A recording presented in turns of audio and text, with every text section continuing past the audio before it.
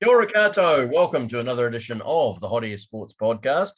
Just a reminder of the date. It is the 1st of April when we're recording this. So just pay careful attention to some of the stories that we talk to you about over the next hour or so. We're always straight down the line though, aren't we, mate? We don't ever give anything but the truth and nothing but the truth. Yeah.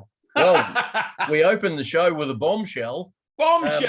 A huge bombshell that, in fact, Team New Zealand's decision to take the America's Cup to Barcelona is actually an April Fool's joke.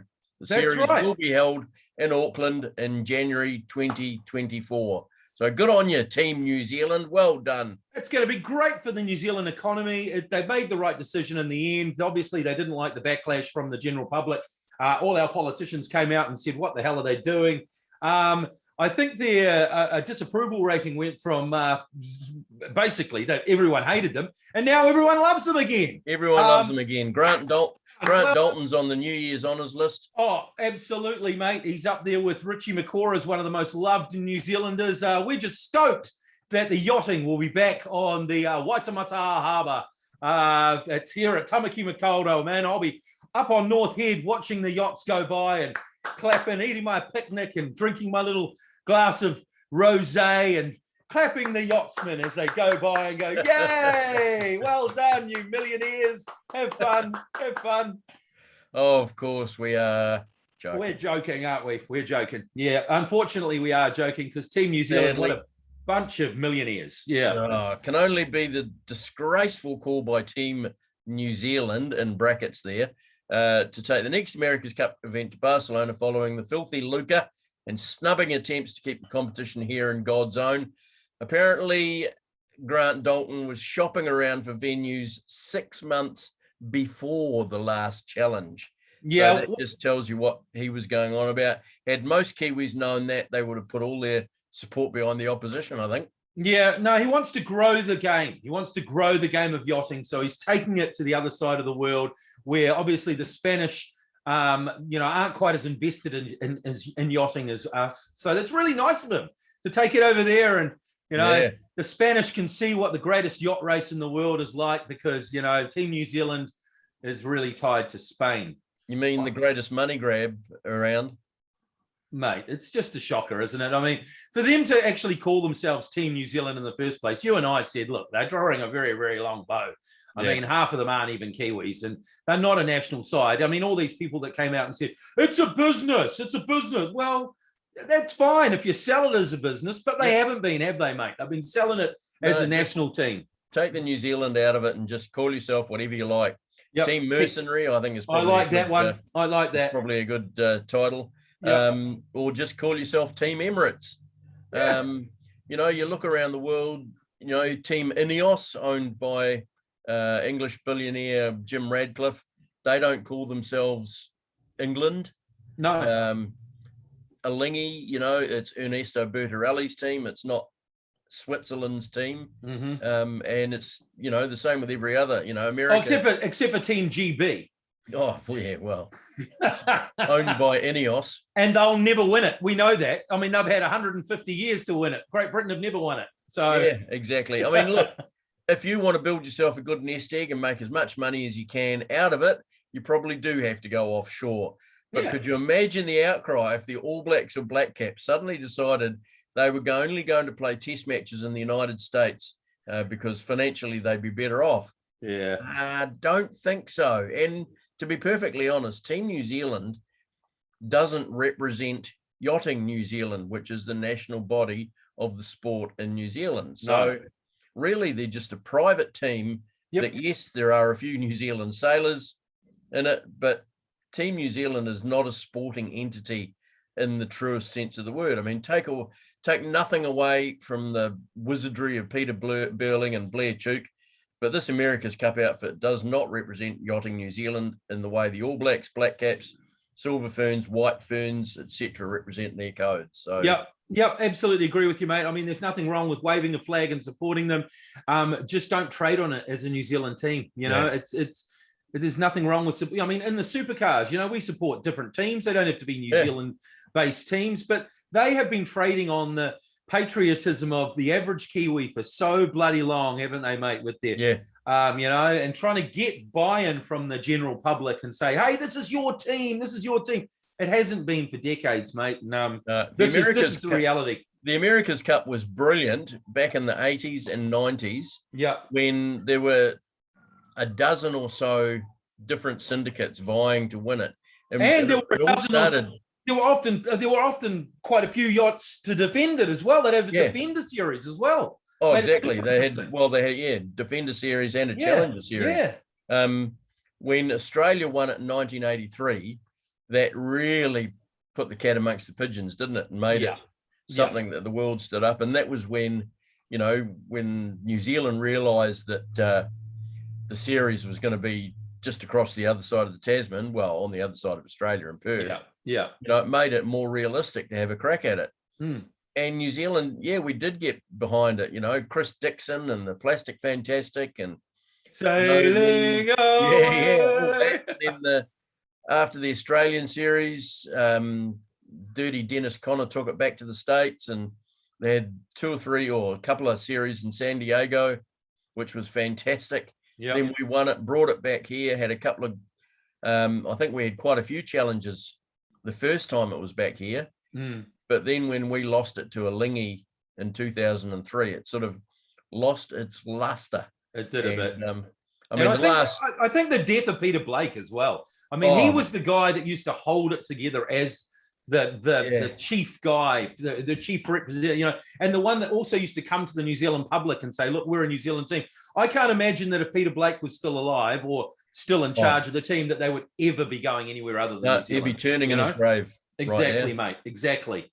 So it's just such a shame that Grant Dalton's decided to pursue it like this. I mean, I thought they made up. That was a fantastic result last year or the year before, whenever it was. And it did make us all proud, and we all got on board. We showed what we could. We all got back on board, didn't we? Because we'd all been like, "Oh, stuff them." It just shows you the New Zealand public. They'll chuck their support behind a team like that, won't they? But he's just kicked us in the guts, man. I cannot imagine that New Zealanders will ever embrace that team like they have before, like they did in the past. His smug interview the other day after it was announced, saying, "Oh, Barcelona is the only place in the world that we could possibly have it. It's just the best in the world." And it's this, really? And this. Yeah, just start off. Yeah. Oh, well, yachting in Spain will be great. There'll be lots of little kids in Spain. They'll be inspired to be sailors. Yeah. There'll be lots of little Spaniards running around in red socks. Yeah, look, let's just leave Team New Zealand behind like April Fools, eh? Let's just leave that behind. Let's just park that, and we won't talk about it again until there's actually some racing on the water. Well, maybe even not then. Maybe even not then.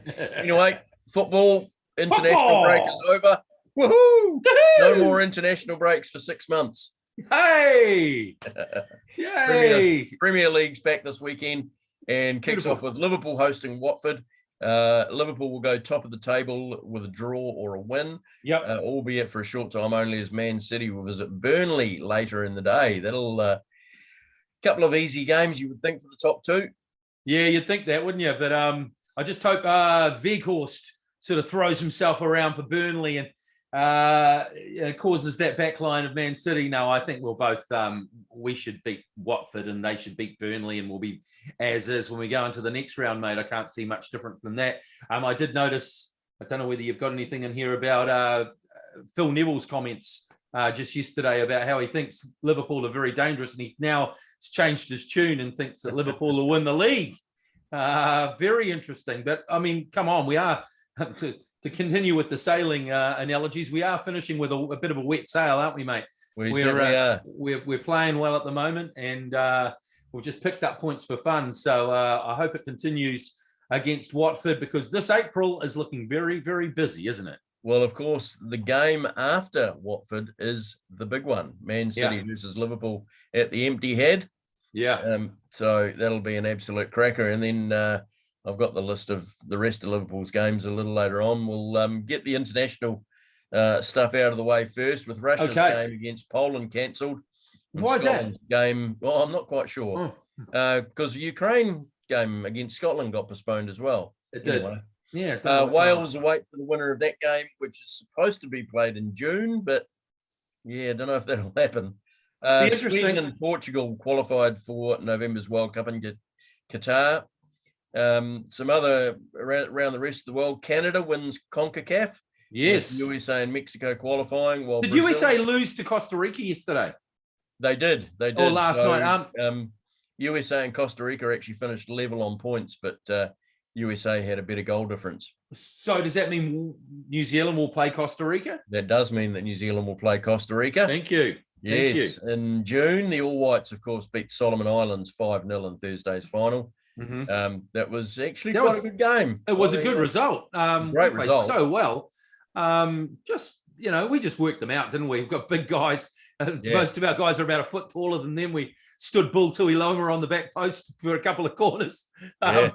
And Chris Wood just caused havoc. He just scores for fun against them.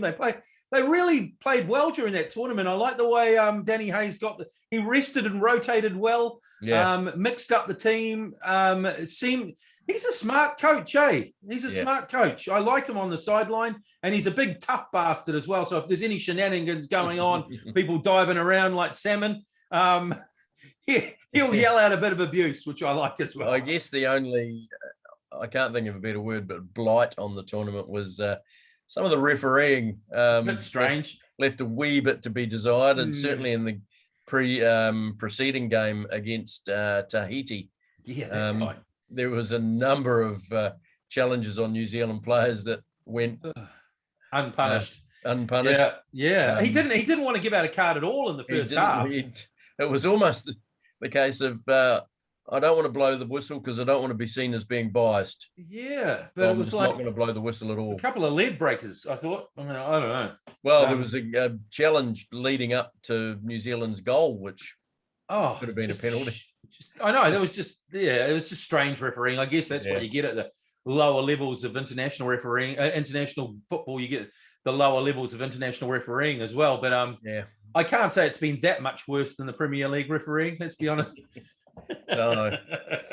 In South America, Brazil, Argentina, Uruguay, and Ecuador qualified from South America. Peru finished 5th and will play either the United Arab Emirates or Australia in June's playoffs.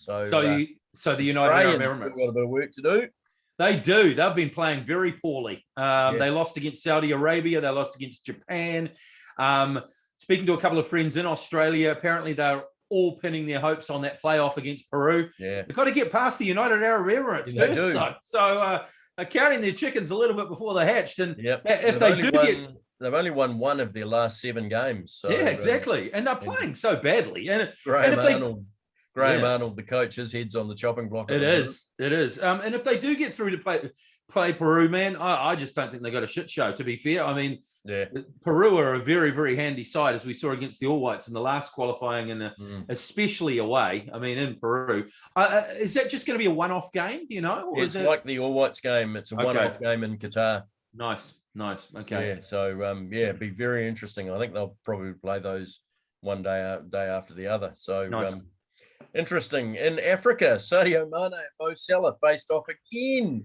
Their respective countries played off for a World Cup place, with Senegal repeating their AFCON win again on penalties. Poor old Mo Salah trying to take his penalty. The lasers. Blinded by laser pointers. He looked like Kermit the Frog. He was just covered in green. Absolutely disgraceful by supporters. It was. And the Egyptian Football Association have, not surprisingly, appealed to the African What are they going to do, though? Federation to replay the game. You can't replay it. I mean, it was a two-legged affair, of course. Egypt won the first game 1-0.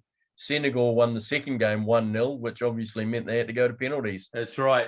But over the 2 legs, I think Senegal were definitely the better side. And I did hear a bit of a story about the reason that the Senegalese used the lasers is because they were in response to the Egyptians using the lasers in the first game. So 6 to 1, half a dozen. One nation wants to cheat the other one.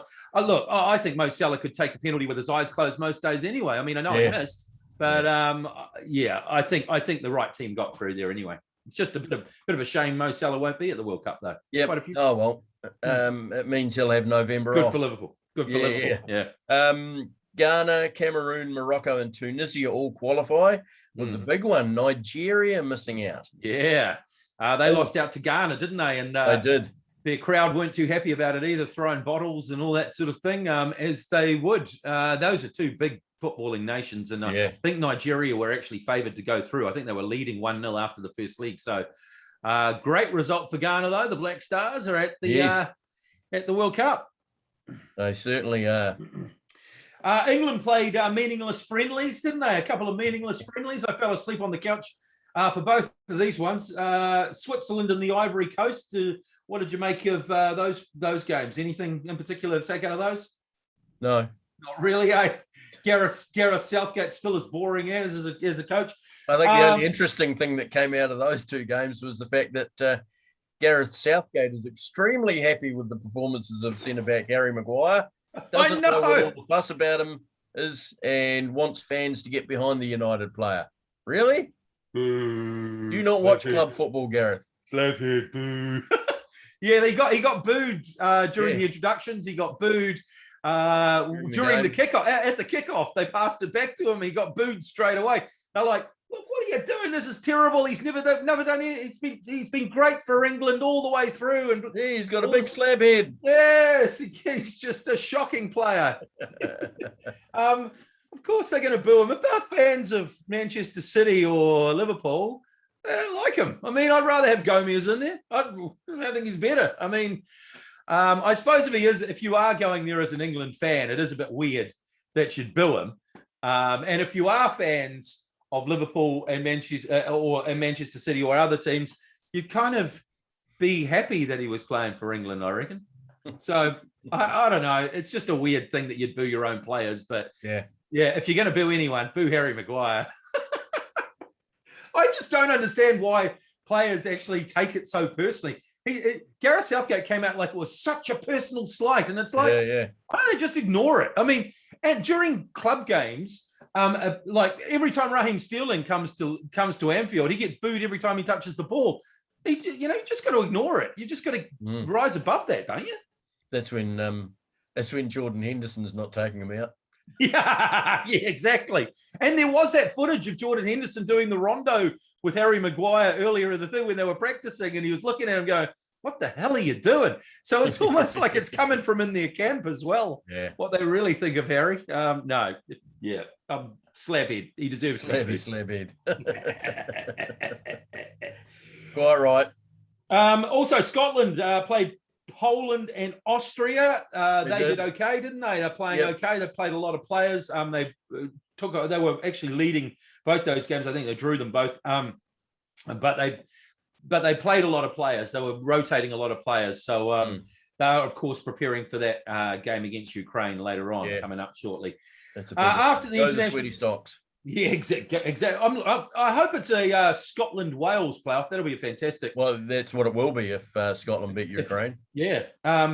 Now, after the international break, it's final stretch now in the Premier League with Man City and Liverpool separated by just a point. And, of course, that could change, but I don't think it will. It'll probably be much the same over the next 2 months. Hell of a month ahead for Liverpool. League games against Watford at home, Manchester City away, Aston Villa away, Manchester United at home, Everton at home, and Newcastle away. And in between all of that, there's a two-leg Champions League quarterfinal against Benfica, and hopefully the first leg of a semi-final, plus an FA Cup semi against Manchester City as well. Just a few games to come, and some big fixtures there, Macca. Yep, one every 3 days, basically. 10 Crazy, games in 3 months in a month. So I tell you what, if we can go through this month unbeaten, there's no stopping us. Absolutely nothing, mate. We'll be heading towards that quadruple. Yep, and apparently everybody's reported back to training fit and healthy after the international break. So beautiful. Looking good. And am I looking forward to this month of football. It's going to be absolutely enthralling. Is probably. I can't wait, mate. Yeah. I can't wait to see Liverpool back at Anfield, and I'm hoping Trent's getting over that injury. I don't know whether you've heard. I think he's still a couple of weeks away, but looking forward to seeing her. But I'm also looking forward to seeing Gomez maybe play on the right at right back. I didn't think he did too bad in the game, in the one game he played in the lead up to the international break, and he needs a bit of football, so it'll be good to see him back on the park. Well, he's played a lot of football at right back for Liverpool. He has. You know, when Trent was first coming into the side, they alternated a lot down that right-hand side. So it's certainly not a position that's unfamiliar to him. No, he's got a good passing range. He's got lots of pace.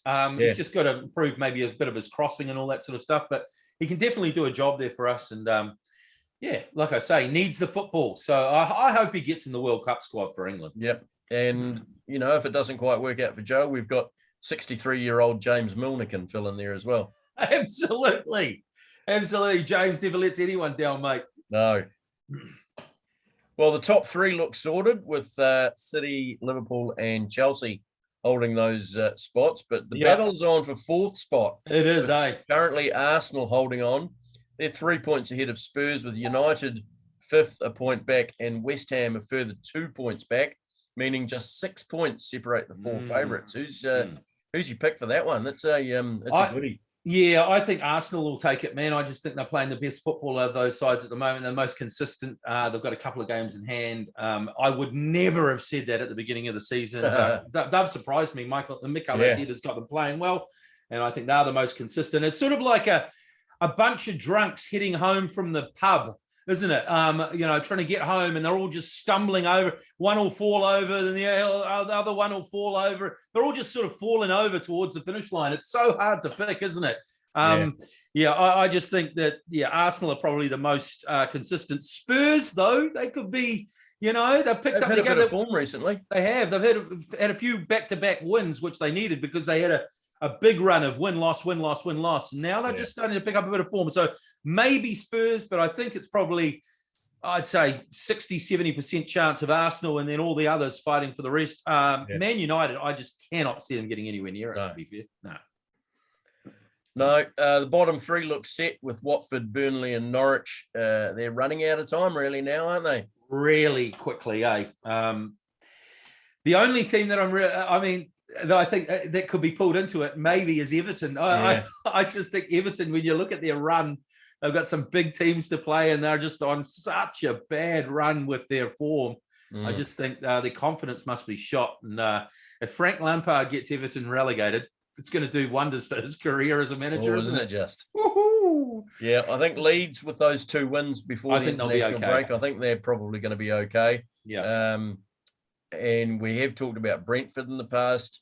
They need to just be careful. They do. They're back. I mean, they've got Ivan Toney's back. He's scoring a couple of goals. I think they'll be okay too. I just think Everton better watch out. It's well, it looks like Bournemouth and Fulham. Fulham and Bournemouth look favourites to take automatic promotion spots from the Championship. There's 8 teams within 6 points of each other battling for 4 playoff spots. Yeah. It's going to be exciting. It is the most competitive league in the world, the Championship. Oh, it really is. Absolutely. It's just back-to-back games all over the place. It's nip and tuck all the way through. And Fulham and Bournemouth sort of raced out to those early leads, especially Fulham. They've been in front the whole way. Bournemouth have been a bit up and down recently, but I think it looks like they will take that automatic spot. And then, God knows, mate, toss coins all over the place. It's just who can pick up the points against the other sides. And we've got Luton, Huddersfield, Sheffield United, Blackburn Rovers, Middlesbrough, Queen's Park Rangers, Nottingham Forest, and Millwall. Imagine that. I mean, 6 points of each other. Some classic names: Ipswich, Blackburn, Nottingham Forest. Teams that haven't been in the Premier League for so long. Luton. It'd be so neat. Luton Town. And I imagine having Luton Town back in the Premier League. Especially that little ground of theirs at Kenilworth Road. Oh, absolutely fantastic. I'd love to see it. Yeah.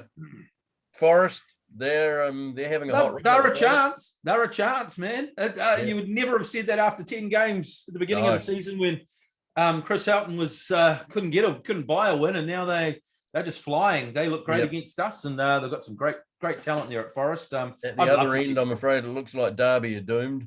They've had a bad run recently, and a bit sad. Really. Crikey, they're 8 points away from Saviour at the moment, which is probably With only about 7 or 8 games to go. That's a big gap to make up. It's pretty hard when you get deducted 20 plus points, so man. Oh yeah. You know, that's just, if he had have got them out of that, or if he, he's still very slim chances. If he did, I mean, that's just amazing job. Yeah. I mean, maybe Rooney and Lampard could swap jobs. Hey, next season maybe. Well, Rooney would love to be Everton manager, wouldn't he? Well, he got asked apparently, and he turned it down, which says more about him than I think. You need to know, really. I mean, that is actually an endorsement of him as a manager. Yeah. But he said, no, I'm going to finish what I started here and maybe next year. In Holland, Ajax boss Erik ten Hag looks to be favourite to take over the poison chalice at Old Trafford with United, sounding out the Dutch champion for a compensation fee. They went and interviewed him over the international break. Why they need to tell anyone they're interviewing him, I've got no idea. But they decided, let's go across there and see what he's got to say in an interview. Quite funny, though, isn't it, that all the guys that they're interviewing now have all been knocked out of the Champions League? Yeah. Who do you think's going to be the manager at United? Do you think they know? I don't think they know. Don't know, and to be honest, I don't really care. Nah. There's so many headlines written about it, so many articles, so much spoken about it, and it just seems to me like they're throwing darts at a dartboard. They don't really seem to know themselves what they really want. I did hear that the previous Manchester United manager, the other Dutch guy, the guy that's coaching Holland, Louis van Gaal actually warned Erik ten Hag, didn't he, this week about don't take a job at a club that is commercial based. You want a football based job. I thought it's probably pretty wise. He's actually, I'm quite liking this new guy. So it'll be interesting to see what he does. I mean, the thing is with that job, you just don't get the time, do you? You get a year or so, and then they go, hang on, you've lost a few games. We're losing a few Twitter followers. Let's sign Ronaldo and sack the manager. Oh, absolutely. Absolutely. Yeah. How's this for an absolute fairy tale? Oh, yeah. Christian Eriksen made a fairy tale return to international football, scoring after just 3 minutes on the field when he came on as a substitute against the Netherlands, and went on to score again against Serbia in Copenhagen, the scene of his horrifying cardiac arrest. Yeah, man, the guy is amazing. He's just flying, and he's playing really well for Brentford too. He's just showing that even if you have something as serious as he did, you can always come back. Absolutely. That's just Hollywood script stuff, isn't it? You couldn't script it any better.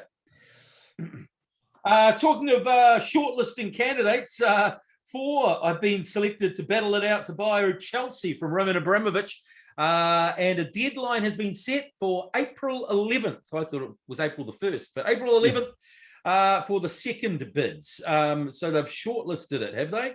4 I'm not sure how this whole thing's working. No. Who's even running it? I think it's run by the government, isn't it? Yeah. So that could take years. Exactly. If Brexit's anything to go by. Boris is going, jolly good show.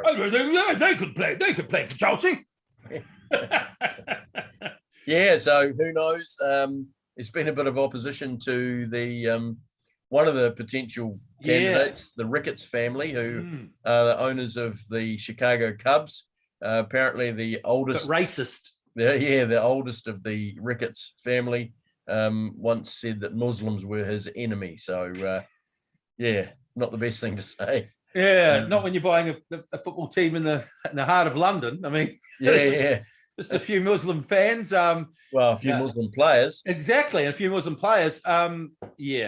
Look, let's be certain. The person that buys Chelsea is going to be a very wealthy person. And that's basically all you need to know. Whether they'll have quite the open checkbook policies of Roman Abramovich, that'll be the more interesting thing to know. And I don't suppose we'll know that until the transfer window opens, will we? Perhaps once Grant Dalton gets bored of sailing, he could get whole of New Zealand to raise money so he could buy a football club. And then run it in Spain. Yeah. Team New Zealand football team playing in La Liga. Yeah, exactly. Makes sense. Yeah. Makes perfect sense. They'll have red socks. Yes. Anyway, Yeah. talking about New Zealand football, a minor blip in the Phoenix's run, losing 4-0 to Newcastle. Yeah, they But didn't have they've any bounced players. back this week. They've Yeah. bounced back this week to beat Perth Glory 2-1 Yeah. and the Brisbane Roar 3-0. That Now Brisbane fourth Roar on game. the table with games in hand on all three sides above them. They've really turned the corner. And of course, Ufuk Talai has been away for those last two games. COVID. The caretaker manager is Doing happy very to well. retire now after a 100% record. Yeah, that 4-0 game, that was a bit of a blip, but they didn't have any players for that. There were lots of No. players away on international duty, so they played lots of young kids. I didn't see the Perth Glory game, but I saw the Brisbane Roar game. They played really well in the first half, and then they just sat back and absorbed. Ollie Sale in goal. Oh, fantastic. I think he saved something like 19 shots. I think there was 11 saves, I think. Yeah, 11 saves, over 30 shots on goal with blocked shots, all that sort of thing. Yeah. He is just magnificent, mate. He must be New Zealand's #1 goalkeeper now. For me, he's better than Marinkovic or whatever his name is. Yeah, well, it's interesting, isn't it, that Sale took over from Marinovic last season, sorry. which forced Marinovic to leave the Phoenix and go overseas. And but Danny Hay prefers Marinovic, so it's, I guess, the coach's choice. And Ollie Sale did actually play a couple of games at the beginning of the OFC, but then obviously had to return to play for the Phoenix. So but what a goal! He's a fantastic goalkeeper and got a hell of a future ahead of him. And then also that young goalie, his backup, Ollie Sale's backup, the 17, 18-year-old kid that played in the Cup, in the FFA Cup. Yeah. Jesus, he can play too. So we're well stacked for goalies. Yeah. I reckon second place is a realistic goal for the team, with leaders Melbourne City on 40 points. Mm-hmm. Western United are on 37 and Adelaide are on 28, just a point ahead of the Phoenix on 27. The Phoenix have got 3 games in hand on Adelaide and also Melbourne City. I think it's only 2 games in hand on Western United. But yeah, they're in a great position. Amazing. Considering our dire predictions at the beginning of the season, we said, look, just hang on, this is going to be a long dirge of a season. We'll probably be near the base of the table, all that. I mean, they've been a turn up for the books, haven't they, mate? They've been playing really well. So they've actually got 2 games in hand on Western United. Yep. 3 games in hand on Adelaide and 4 games in hand on Melbourne City. There you go. Go the Phoenix. Yeah, absolutely. Confirmed also to play at least 2 home games in New Zealand with changes to border rules and gathering numbers for outside events, and also the possibility of a home final in the country if they finish in one of those playoff spots. And wow. Yeah, so that would be fantastic to get a home final at Tana Umaga Stadium. At Ron Jarden Stadium. Yeah. Ron Jarden Stadium. Exactly. Yeah, go the Phoenix. Flying the Kiwi flag in Australia for New Zealand football. Fantastic to see the way they're playing. Quite right. Speaking about flying the flag for New Zealand in an Australian comp, is it time for the Warriors? That's right, the league. The Warriors are on the board, mate. The Warriors are on the board. I watched a bit of that game. Oh, it was a terrible game. It was an hour of my life I'm not getting back. It was absolutely shocking game. They finally took their first win of the year. Round 3 last Friday night, beating the West Tigers 16-12 at Campbelltown. And what was, I've actually written this down here, what was an awful game of rugby league. It really was. It was shocking. It was like neither team wanted to win. Both teams struggled with consistency and errors. 2 tries for us came through Chanel Harris-Tavita bombs. And with 11 minutes to go, it looked like we had control of the game. And then Marcelo Montoya held down a guy in the tackle, got sent to the bin, and it looked like we were going to be all over the place. But the Tigers couldn't finish, and fortunately the Warriors' defence held on for the final minutes to hold on to the 2 points. They couldn't string 3 passes together, for God's sakes. Neither could we, though, to be fair. It was like they hadn't met each other. It was just a terrible game. There was also... That was like a really bad Division 3 Wellington club game. It was awful. Honestly, it was awful. I don't mind winning an awful game, though. Oh, we'll take the 2 points. About it in football as winning ugly, don't you? Absolutely. When you slab a 1-0 win, with a 93rd minute, bum off the line. Exactly. There was also controversy in this game. The Tigers asking for an explanation from the NRL after it appeared Luciano Leilua may have grounded the ball in the in goal in the 20th minute when chasing a kick. Now, the ref decided not to go up to the bunker for once. They decided we won't forensically examine this, and the teams played on. It appears we may have actually got the rub of the green with that one, and no, that's not an April Fool's joke. Yes, the Warriors got a call from the referees in the NRL. Unbelievable. I'm sure that Western Suburbs would have received an apology from the referees. Oh, I'm sure they would have, yes. About that, so they'll feel a lot better. Apologies make all the difference, of course, on the points table. Because the Tigers, they're at the bottom of the table with no points and 2 apologies. I noticed. In other matches from round 3, the Sharks 36 beat the Dragons 12. The Rabbits 28 beat the Roosters 16. That was a great game. The Panthers beat the Knights 38-20. The Eels beat the Storm 28-24. That was a bit of a turn up for the books. The Raiders made Budgie happy after they trailed the Titans 22-0 and came back to win 24-22. The Cowboys thrashed the Broncos 38-12, and the Sea Eagles pipped the Bulldogs with a late Cherry Evans field goal 13-12. Round 4 began last night, and the Tigers played another absolutely appalling game of rugby league. I don't know whether you saw this, Macca. Oh my God. Okay, it was a low-scoring game, reminiscent of those 80s grand finals, with the Titans pipping the Tigers for their first win of the season right at the death with a bomb which hit the crossbar. It was in the 79th minute. AJ Brimson pounced on it to give the Titans an 8-6 win with the only try of the match in the 79th minute. It looked like it was going to be the first tryless game in the NRL for 29 years, since round 12, 1993, when the Illawarra Steelers played the Bulldogs. So that was until the 79th and a half minute. And honestly, mate, the try they scored, a huge bomb. It looked like they were going to defuse it. Then it hits the crossbar, bounces up. It bounces into the Tigers halfback. All he needs to do is fall down on the end goal, and he drops the ball. And AJ Brimson comes through and scores the try. So that would have been the first tryless match. As it was, the Tigers snatched defeat from the jaws of victory once again. Other round 4 games to come tonight. The Sharks play the Knights and the Panthers play the Rabbits. That'll be a goodie. Absolutely. Grand final replay from last year. Tomorrow, the Warriors play the Broncos. The Manly play the Raiders. The Cowboys play the Roosters. And on Sunday, the Storm play the Bulldogs and the Eels play the Dragons. Looking at the points table, I will look at the points table now because the Warriors are on the board, so I can look at it without feeling awful about myself. Panthers up top by themselves. They got 6 points. And then we got 7 teams on 2 points. On 4 points. Cowboys, Sharks, Knights, Storm, Eels, Raiders, Broncos on 4 points. Then the Titans, Bulldogs, Warriors, Roosters, Dragons, and Manly on 2 points. And the poor old Tigers down the bottom with 0 points and 2 apologies.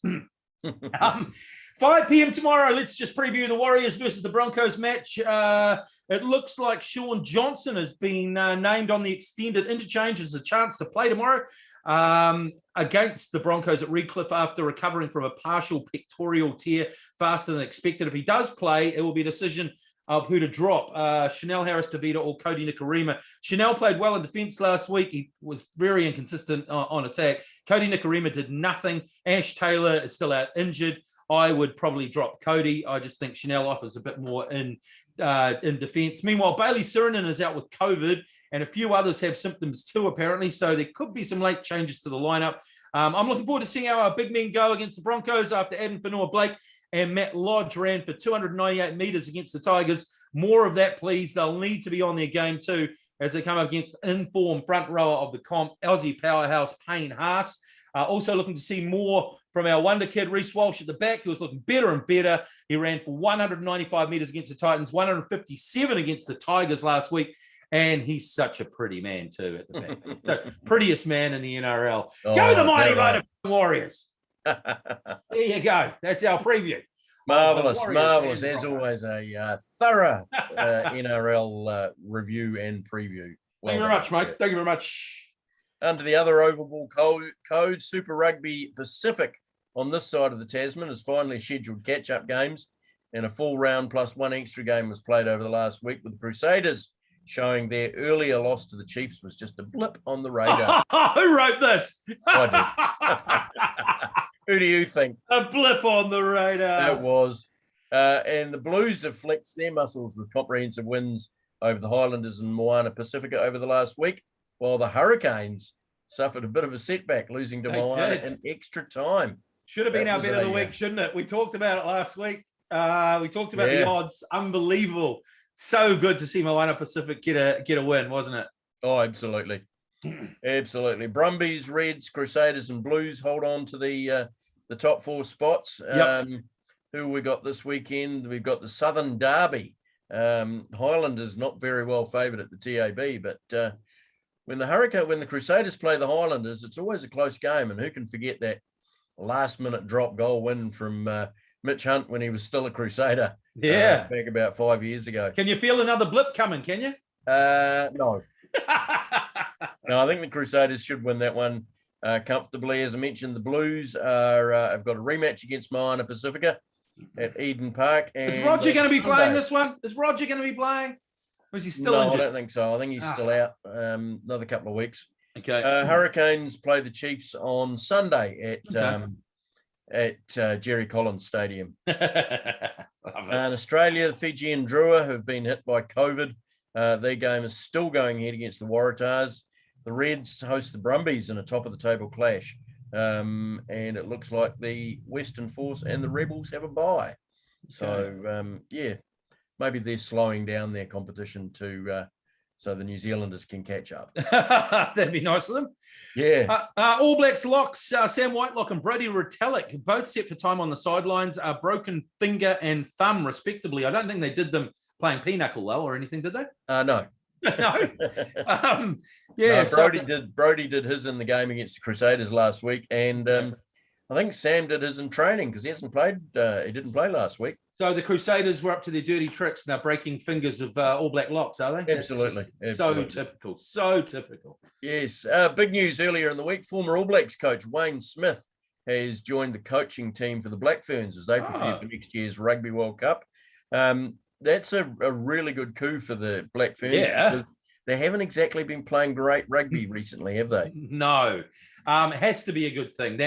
Wayne Smith is perhaps the best brain in New Zealand rugby, isn't he? Absolutely. That goes without saying. They don't call him the professor for no reason at all. Exactly. And he knows all about backlines too. So I'm really looking forward to seeing what sort of improvements he can bring in our female rugby players, because really they ain't been doing up to much recently, have they? No. A little bit av. So he will bring a lot to that role. Oh, absolutely, absolutely. And just having somebody of his mana, in the camp, massive, can only be such a positive thing for the Black Ferns rugby team. Yep. Moving on to cricket, the Black Caps made easy work of a victory over the Netherlands, winning the first ODI by 7 wickets on the back of some great bowling by debutant Blair Tickner.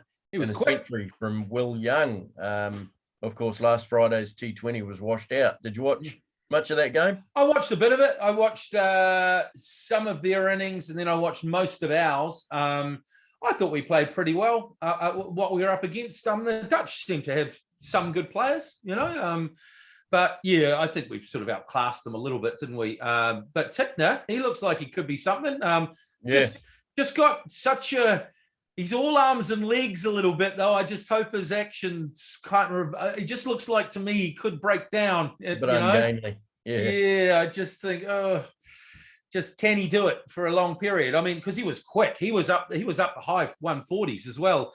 Quite a variation in pace as well. He's got some interesting variations. Really enjoyed watching him bowl. And Will Young, that was really just good to see him back, because he's been out for a little while because of selection and all sorts of other things. So just good to see him hit a few in the middle again, wasn't it? Yeah, absolutely. And of course, Kane Williamson playing really well. In the IPL. IPL, yeah. Most of our players, Trent Polk bowling really well. Yeah, in the IPL. Yeah. Sorry. Yeah, most of our best players playing in the IPL at the moment, of course. Quite right. The England cricket team suffered a humiliating loss in the final test against the West Indies and currently sit bottom of the World Test Championship table. Oh dear, how sad. Never mind. Yeah. Did you watch any of that test at all? No. No, I didn't. I followed the score a bit on Crick Info, but the first innings, they were like 100 for 9. They ended up getting a few runs off the back of tail enders. Then they had the West Indies much the same, and then they did much the same. They got a good lead, and then Joe Root can't buy a run at the moment. And his shot that he played in the second innings was absolutely awful. Yeah. Looks like he's really feeling the pressure. A lot of pressure coming on for him to relinquish the captaincy, because that's all that ever matters in cricket is the captaincy. I mean, England does this all the time. They go, you can't be captain anymore. It's just, it's not about who's captain, you know. Get your team playing. But they've got such a strange selection policy in English cricket. Chicken's coming home to roost, if you ask me, and good job as well. Yeah. Over 50,000 turned out to the MCG, mate, but there wasn't even a game of cricket on. Yeah. There was the memorial for Shane Warne, of course, at his beloved MCG, where the newly named Shane Warne stand was unveiled by his children. Wasn't that a fantastic touch? And it sort of goes to say a little bit about what we were saying last week about, hey, naming a stand after a great player. What a great idea. Yeah, exactly. Yep. No? They can do it in a couple of weeks in Australia, can't they? They can just... Well, I think it happened within about 3 days after he passed away, wasn't it? Just sign a thing, swipe of a pen, and it's done. I mean, over here, that would take absolute years.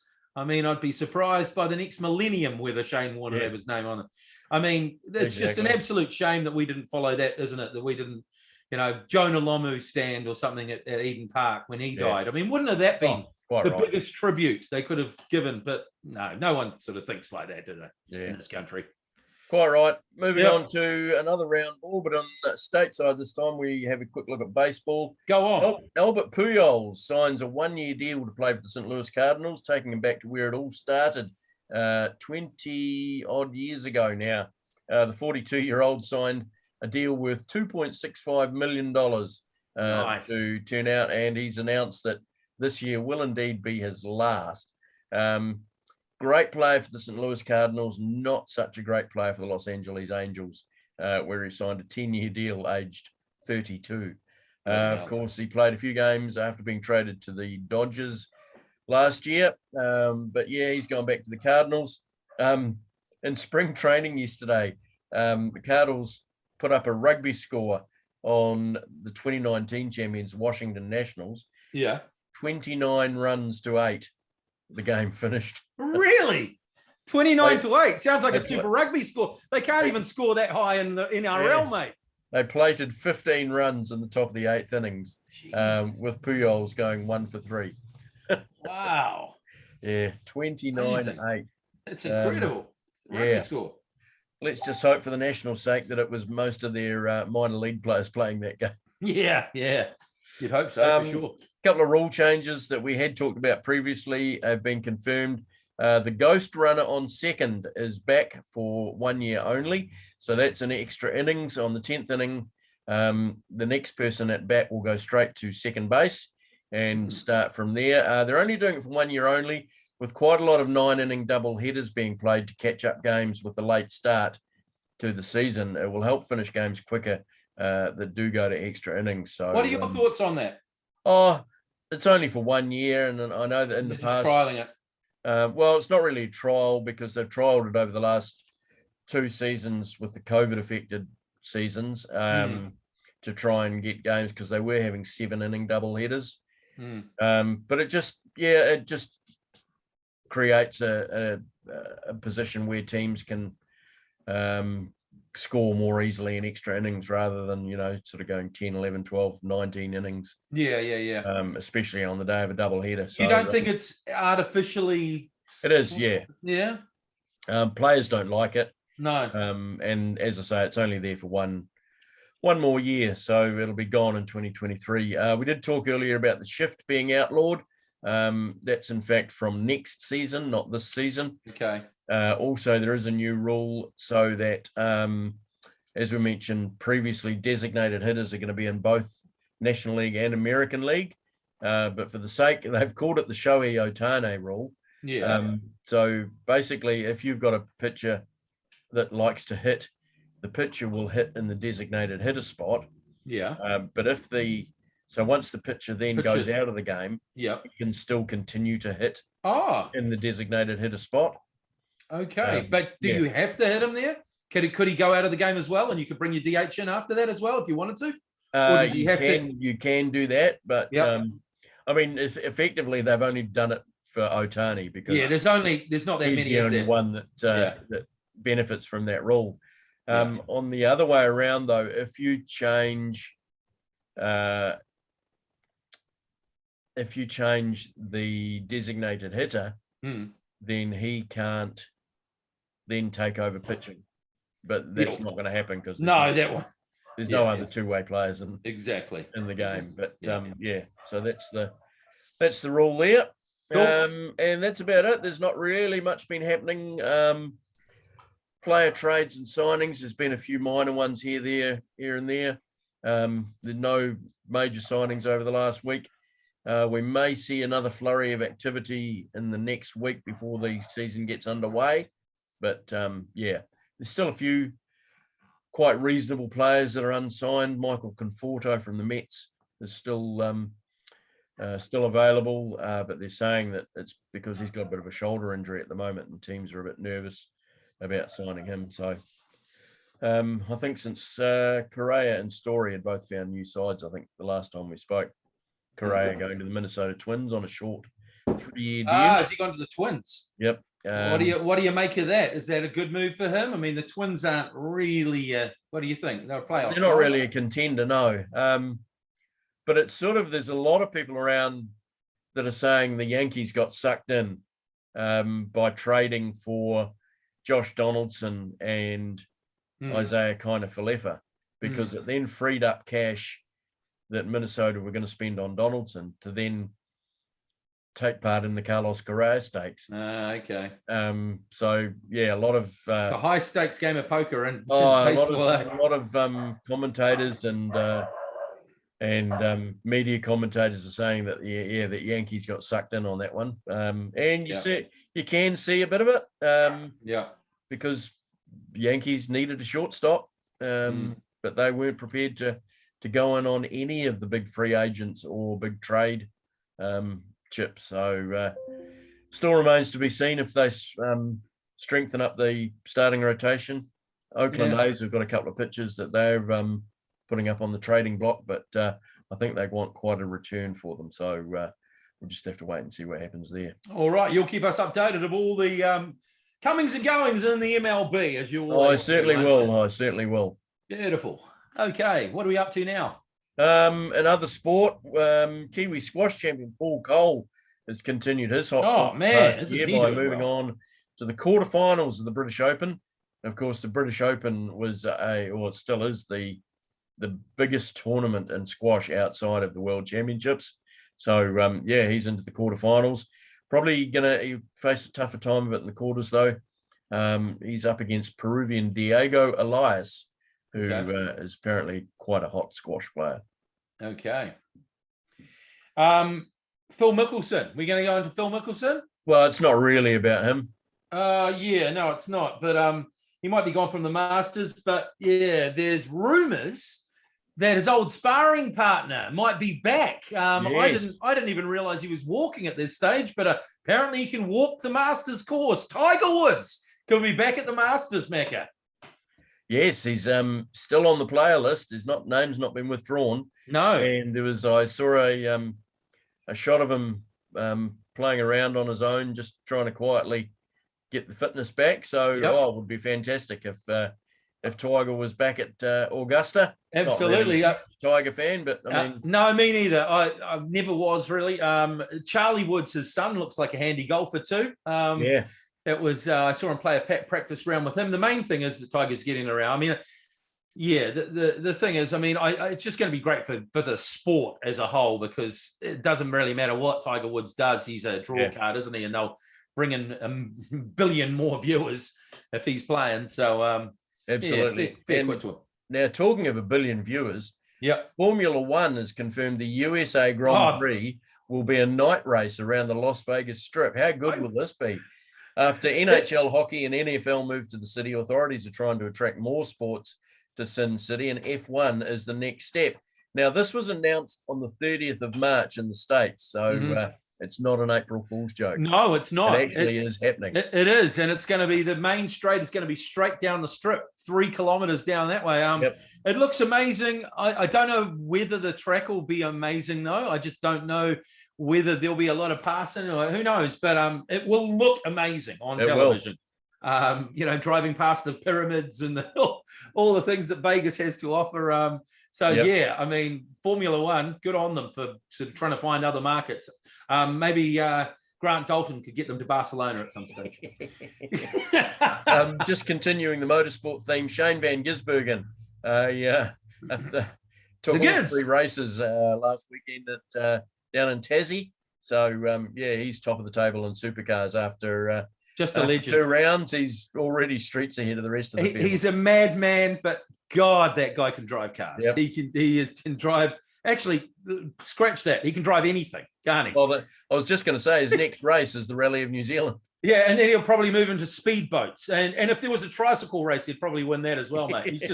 He's just an absolute superstar. Anything with wheels, isn't he? Just phenomenal. Yes. So that's pretty much the rest of the other sport, unless you've got anything else. Not really, mate. Should we go to good week, bad week, or you want to do your best bet first? I'll just quickly go through the best bet of the week. Go on. I've gone for Leicester City to draw with Man United at Old Trafford. It's paying $4.20. Ooh, I like it. Or if you're even a bit more game, what's paying $5.50 to beat their hosts. I would take the draw all day. I think the draws are great. That's a great punt. Yep. I have been a bit up and down this year, but when they've been up, they've been up. They beat Liverpool, of course, at their own ground earlier in the season. That was Liverpool's last loss. Yeah. But they've had some poor form. I would say Jamie Vardy will be probably back for that as well, because they've had the international break, so he'll be back, and they are such a better side with him in it too. So absolutely. So come on the Foxes. Come on the Foxes. Okay, good week, bad week. My good week, Sonny Bill Williams had a good week. He knocked out Barry Hall 3 times in a round, and his professional boxing career is looking good. Looks like he might be taking on Paul Gallen. That'll be an interesting fight if that ever goes ahead. Yeah. And bad week for another former All Black, Zach Gilford, who got sentenced in court for his misdemeanors involving embezzling money from his grandfather, amongst other people, gambling problems, all that sort of thing. The guy's just can't keep his nose out of trouble. It just seems like he's had way more bad weeks than good weeks recently, and I just hope that guy gets some help and can turn his life around at some stage anyway. So there you go. That's a good week, bad week.